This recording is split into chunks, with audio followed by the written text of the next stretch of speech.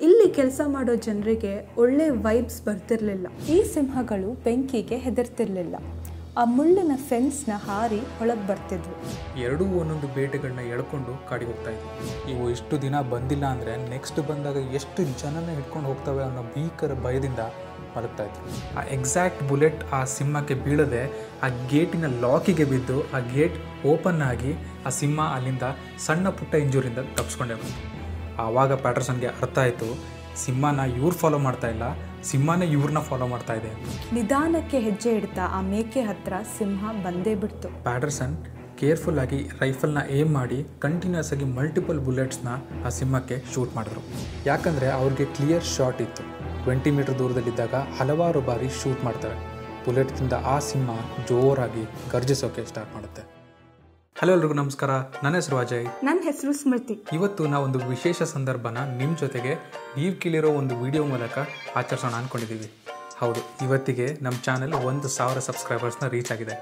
ಇದು ನಮ್ಮ ಪ್ರಯತ್ನ ಅಷ್ಟೇ ಅಲ್ಲ, ಇದು ನಿಮ್ಮ ಪ್ರೀತಿ ಹಾಗೂ ಸಪೋರ್ಟಿಂದ ಇದು ಸಾಧ್ಯವಾಗಿರೋದು. ನಿಮ್ಮ ಕಾಮೆಂಟ್ಸ್, ಲೈಕ್ಸ್ ಹಾಗೂ ಶೇರ್ಗಳು ನಮಗೆ ಹೊಸ ವಿಡಿಯೋ ಮಾಡೋದಕ್ಕೆ ಭಾಳ ಎಂಕರೇಜ್ ಮಾಡುತ್ತೆ. ನಾವು ನಿಮ್ಮ ಸಜೆಷನ್ಸ್ ಹಾಗೂ ಫೀಡ್ಬ್ಯಾಕ್ನ ಭಾಳ ರೆಸ್ಪೆಕ್ಟ್ ಮಾಡ್ತೀವಿ. ನಾವು ಇನ್ನೂ ದೊಡ್ಡ ಗುರಿಗಳನ್ನ ರೀಚ್ ಆಗೋಕ್ಕೆ ನಿಮ್ಮ ಪಾತ್ರ ಭಾಳ ಇಂಪಾರ್ಟೆಂಟ್ ಆಗಿರುತ್ತೆ. So let's reach it together. ಜಾಸ್ತಿ ಟೈಮ್ ವೇಸ್ಟ್ ಮಾಡೋದು ಬೇಡ, ಇವತ್ತಿನ ರೋಚಕ ಕಥೆನ ಶುರು ಮಾಡೋಣ. Welcome to jungle's whisper. So let's begin the story of a man eating lion of Saaho.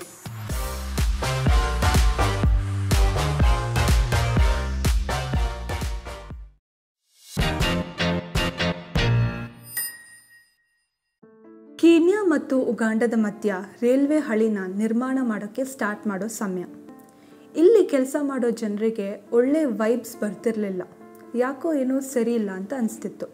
ಇದು ಕೆಲಸ ಶುರು ಮಾಡೋಕ್ಕೆ ಮುಂಚೆನೇ 1898 ಮಾರ್ಚ್ನಲ್ಲಿ ಕರ್ನಲ್ ಜಾನ್ ಹೆನ್ರಿ ಪ್ಯಾಟರ್ಸನ್ ಅವರನ್ನು ಸಾವೋ ಪ್ರದೇಶದಲ್ಲಿ ರೈಲು ಮಾರ್ಗದ ನಿರ್ಮಾಣದ ಮೇಲ್ವಿಚಾರಣೆಗೆ ಕಳಿಸ್ತಾರೆ. ಪ್ಯಾಟರ್ಸನ್ ಸಾವೋಗೆ ಬಂದ ಮೇಲೆ ಇಲ್ಲಿಯ ಕೆಲಸಗಾರರು ಅವರ ಹತ್ರ ಬಂದು ನಮ್ಮ ಸುತ್ತ ಇರೋ ಜನ ನಿಗೂಢವಾಗಿ ಕಾಣೆಯಾಗ್ತಿದ್ದಾರೆ ಅಂತ ಹೇಳ್ತಾರೆ. ಇದಕ್ಕೆಲ್ಲ ಪ್ಯಾಟರ್ಸನ್ ಕಿವಿ ಕೊಡದೆ, ಈ ಜನ ಮೈಗಳ್ಳರು, ಸುಮ್ಮನೆ ಕೆಲಸ ಮಾಡೋದನ್ನ ಬಿಟ್ಟು ಕಾರಣ ಹುಡುಕ್ತಿದ್ದಾರೆ ಕೆಲಸದಿಂದ ತಪ್ಪಿಸ್ಕೊಳ್ಳೋಕ್ಕೆ ಅಂತ ಅದನ್ನ ಇಗ್ನೋರ್ ಮಾಡಿಬಿಡ್ತಾರೆ. ಇಗ್ನೋರ್ ಮಾಡಿದ ಕೆಲವೇ ದಿನಗಳಲ್ಲಿ ಆ ಗುಂಪಿನ ಸದಸ್ಯ ಒಬ್ಬ ಕಾಣೆ ಆಗ್ತಾನೆ.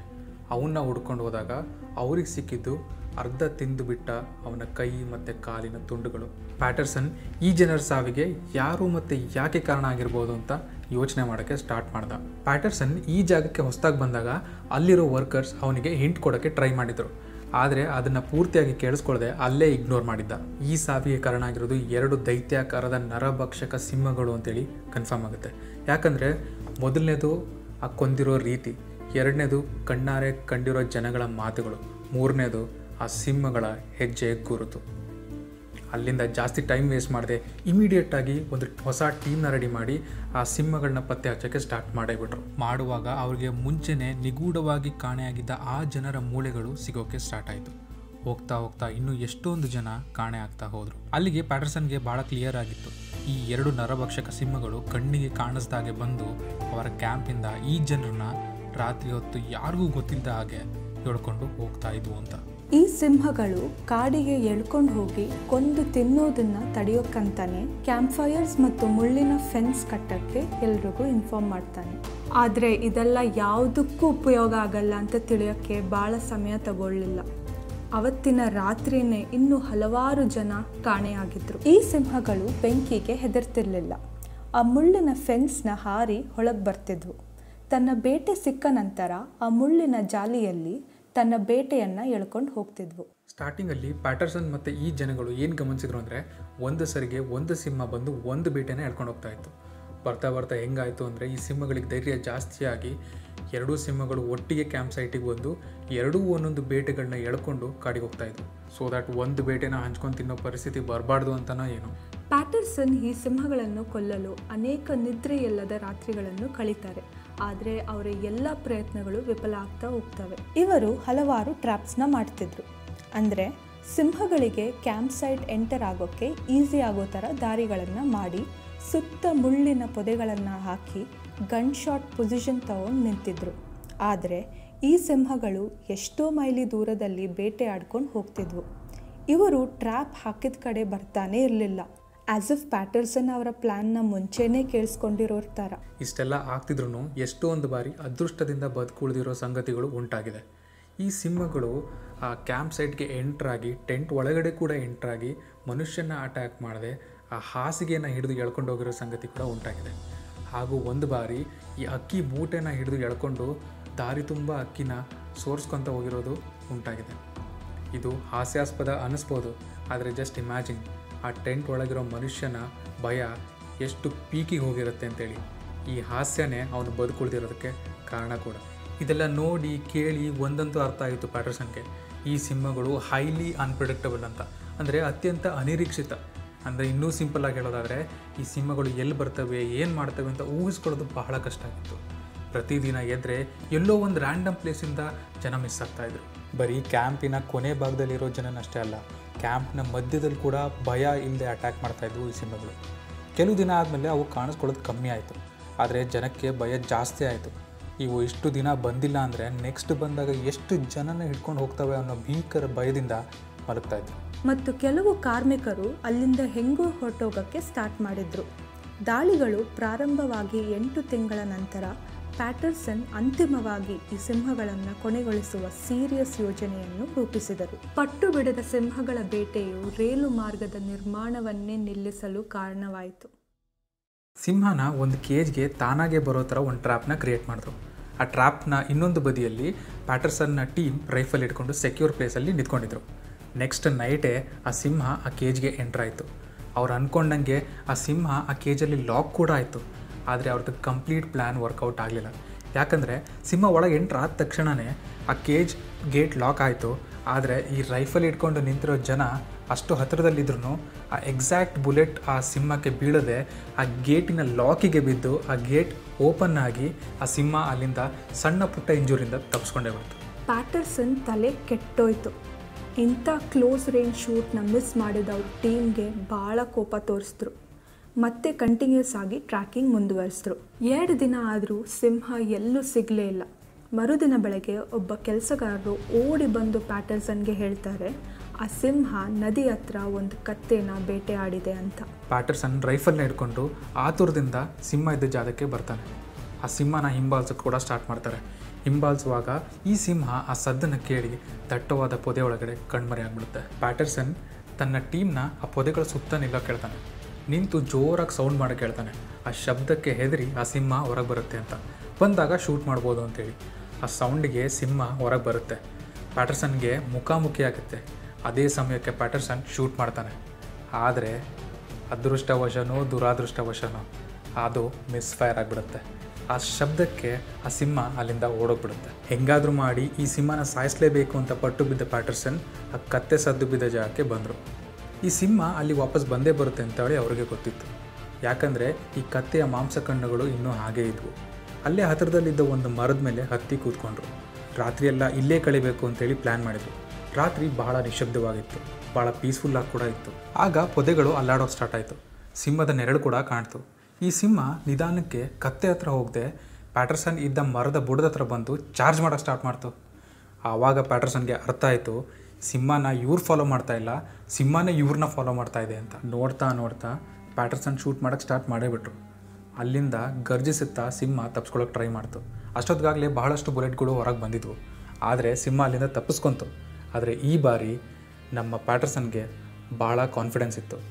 ಎಷ್ಟೊಂದು ಬುಲೆಟ್ಗಳು ಹೊರ ಬಂದಿದ್ವು, ಅದರಲ್ಲಿ ಕೆಲವೊಂದು ಆ ಸಿಂಹಕ್ಕೆ ನಾಟಿದೆ ಅನ್ನೋ ಆತ್ಮವಿಶ್ವಾಸ ಅವರಿಗಿತ್ತು. ಪ್ಯಾಟರ್ಸನ್ಗೆ ಗೊತ್ತಿತ್ತು ಈ ಸಿಂಹ ಭಾಳ ದೂರ ಹೋಗೋಕ್ಕೆ ಚಾನ್ಸೇ ಇಲ್ಲ ಅಂತೇಳಿ. ಅಷ್ಟೊತ್ತಿಗಾಗಲೇ ಕಾರ್ಮಿಕರು ಎಂಜಾಯ್ ಮಾಡ್ತಿದ್ರು, ಸೆಲೆಬ್ರೇಟ್ ಮಾಡೋಕ್ಕೆ ಸ್ಟಾರ್ಟ್ ಮಾಡಿದ್ರು ಗನ್ ಸೌಂಡ್ ಕೇಳಿ. ಆದರೆ ಪ್ಯಾಟರ್ಸನ್ ಹಂಗೆ ಮಾಡಲಿಲ್ಲ. ಅವ್ರಿಗೆ ಈ ಸಿಂಹದ ಸತ್ತ ದೇಹ ನೋಡೋವ್ರಿಗೂ ಸಮಾಧಾನ ಇರಲಿಲ್ಲ. ಮುಂಜಾನೆ ಎದ್ದು ತನ್ನ ಟೀಮ್ ಜೊತೆಗೆ ಈ ರಕ್ತದ ಕಲೆನ ಹಿಂಬಾಲಿಸ್ತಾ ಹೋದರು.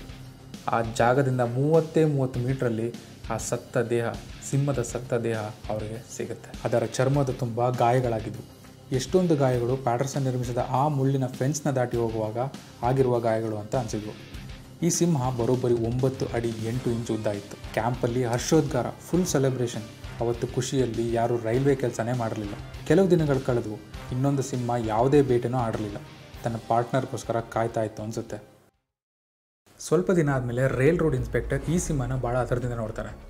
ಇದನ್ನು ಪ್ಯಾಟರ್ಸನ್ಗೂ ಕೂಡ ಇನ್ಫಾರ್ಮ್ ಮಾಡ್ತಾನೆ. ಅವನ ಟೆಂಟ್ ಹೊರಗಡೆಗೆ ಈ ಸಿಂಹದ ಹೆಜ್ಜೆ ಗುರುತಿರುತ್ತೆ ಹಾಗೂ ಅವನ ಮೇಕೆನ ಅರ್ಧ ತಿಂದು ಬಿಟ್ಟಿರುತ್ತೆ.